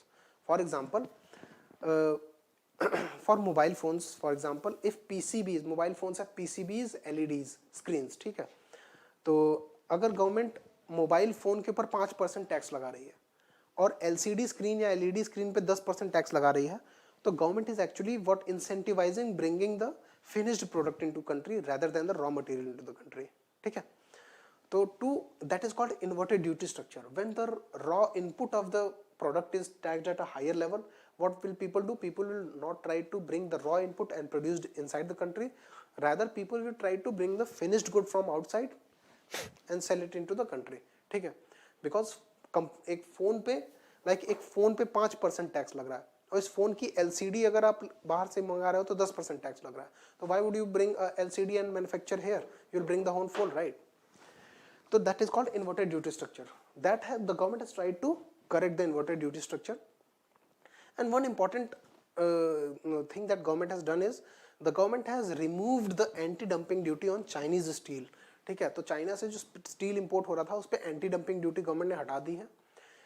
That has been done in the view of increasing the infrastructure investment, क्योंकि बहुत सारा infrastructure projects country में implement होने वाला है.